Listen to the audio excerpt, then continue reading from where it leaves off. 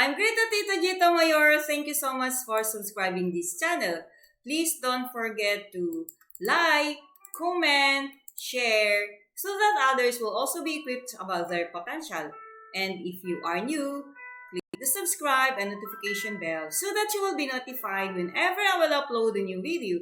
In this channel, you will receive wisdom for living. We are now on day 311. A twofold process, cultivating and feeding your potential. Our text is found in Psalms 1:3. He is like a tree planted by streams of water, which yields its fruit in season and whose leaf does not wither. Whatever he does prospers. Now, ang sabi sa ating text na ang isang tao na dinevelop niya yung kanyang potential, binibigyan ng halaga, ay sabi diyan ay para siyang isang puno ng kahoy na nakatanim sa gilid ng isang streams or daluyan ng tubig which yields its fruit in season, at ang kanyang mga dahon ay hindi nalalaya, hindi nalalanta. So, kailangan ang ating potential ay ma-cultivate. So, yun yung ating topic, di ba? Twofold process by cultivating and feeding. Okay, so, yung potential natin, kailangan din ma-cultivate. Kailangan din ma-feed yung ating potential. Potential must be cultivated and feed to produce fruit. But how do we do this? How do we cultivate and feed the talents, skills, and abilities we possess? So, anong gagawin natin sa ating potential para ma-feed, ma-cultivate? Ano yung mga dapat na proseso na gagawin natin? Kasi kapag binigyan ka, alam mo si God, binigyan ka ni God, you were created in the image and the likeness of God, at alam mo na binigyan ka ng potential, so ibig sabihin expert ka na kaagad? Hindi. So, hindi agad maging expert. Kailangan ito ay may gagawin tayo, may proseso, may principle dyan na dapat nating sundin. So, paano natin i-cultivate yung ating skills, yung ating talents, yung ating abilities that we possess that God has given us because it's a world class or God class. And how do we cultivate or feed our talents? So, ano yung ating gagawin para ma-cultivate natin? So, alamin natin kung anong definition ng tinatawag na cultivate. So, ito yon.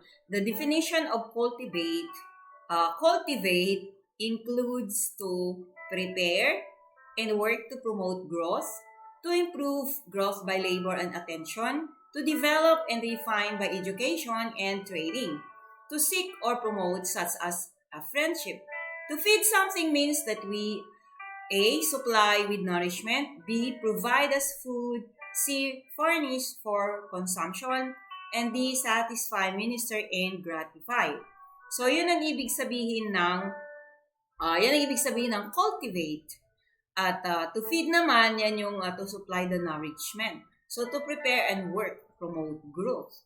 So, yung cultivating is to promote growth at yung feeding is to nourish yung ating talents, skills, and our abilities or potential. So, yun yung dapat nating gawin, cultivate and feed. So, when we say we cultivate, we prepare to promote growth, at yung ating to feed naman is to nourish, to grow. Ibig sabihin para lumago. Yun yung ibig sabihin ng cultivating and feeding. So, yung ating talent, skills, at saka mga potentials ay kailangan natin na i-feed, i-nourish, i-nurture. So, i-improve natin. Kailangan ay umangat ito, lalago ito. Ayan, gagaling ka. Dapat ay pagaling ng pagaling, paganda ng paganda. So, yun. Kaya kailangan ay mapaghandaan natin at malagyan ng, kumbaga, magkaroon tayo ng panahon. Okay, so, the time to learn, to study, ay mahalaga sa atin. At saka ito yung ating, yung slide na sinasabi rito. All these definitions imply that process is to be beneficial, not harmful. If the provision do not supply nourishment that is essential for growth, they are not truly feeding us. Likewise, if the activity and attention do not help us to develop, refine, improve, and promote our abilities, skills, and talents, they cannot truly be called cultivation.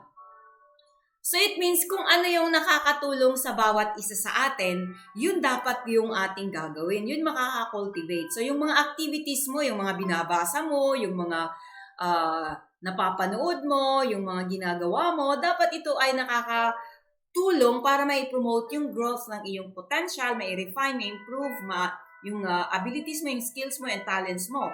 Pero kapag yung mga ginagawa mo, binabasa mo, hindi naman nakakatulong para lumago ang iyong potential or ma-refine ang iyong gift or ma-develop ang iyong skill or ma-improve ito or ma-promote ng growth sa iyong abilities, skills, and talents. So if those readings or activities you are doing ay hindi nakakatulong sa pagpapalago ng iyong skills, talent, and abilities, hintuan mo, baguhin mo. Ibang activities na dapat gawin mo or yung mga pinupuntahan mo or nakakasalamuha mo, hindi naman nakakatulong sa'yo, they are just wasting your time, then stop it. You have to find something that will help you develop your skills, that will feed you and cultivate you. Yun yung dapat na hanapin natin. Yun dapat na gawin natin para ma-improve tayo. So kagaya ko, hindi naman ako kaagad marunong agad magturo. Nag-aral ako, so our education will help us to be trained. Nag-aral ako pagkatapos ay maraming training, maraming panahon, maraming years na ginugol para turo ka lang ng turo at hindi ako naghinto doon. So dahil nagturo ako sa nag-part-time ako sa isang college, so yung mga seminars ay nakakatulong sa akin. Yung mga style na gano'n ay makakatulong sa atin. And then practice, I deploy myself. Kagaya nito, I'm teaching in the internet. I'm also having my online Bible studies or care group. I have also face-to-face. I'm also teaching in a part-time instructor sa isang college at sa church nagtuturo ako. So those are my trainings. Those are activities that will improve my passion and that is related to the purpose that God has given me. So kung ano yung nakakatulong sa'yo na para lumago ang iyong potential, ma-develop ang iyong potential, yun dapat yung iyong gagawin activity to feed and cultivate your potential. Even as seeds do not become plants overnight, so the wealth of our potential cannot be exposed and fulfilled in an instant. We must exert effort to cultivate what God has given us, and we must exercise care for fertilize and water it properly. So yun dapat yung ating gagawin sa ating skills, sa ating abilities, sa ating potential. Although God has given us, we have that responsibility. We have the work to do. So yun dapat yung ating gawin. So kagaya ng isang, sabi natin kanina na isang tanim o isang buto ay hindi siya lalago ng overnight. Kundi ito siya ay kailangan ng paglalaan ng panahon to cultivate and feed them, those plants. So, sa specific plants requires certain nutrients. Kaya sa atin, kailangan din natin ng education, ng principles para ma-equip tayo paano gamitin yung ating potential. So, specific plants require contain nutrients and control conditions to grow. So, we must provide the right nourishment and environment to encourage and maximizing of our potential. These specifications have been set by God who created us. To ignore them is to invite death. So, dapat yung ating potential, pag alam mo na yung skill mo, yung gift mo, i-develop mo. Yung gagawin mo, mga activity mo ay nakakatulong para malago, lumago, and it requires nutrients and conditions, sabi rito, to grow. Ano ibig sabihin nun?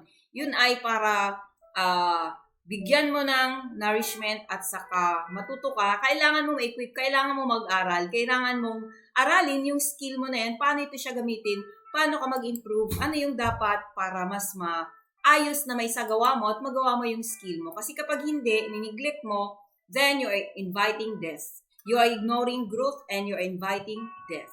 So, ang tanong ko ngayon ito, how are we going to cultivate and feed the talents, skills, and abilities we possess? So, from what I have discussed, kung naalala mo, just leave a comment below.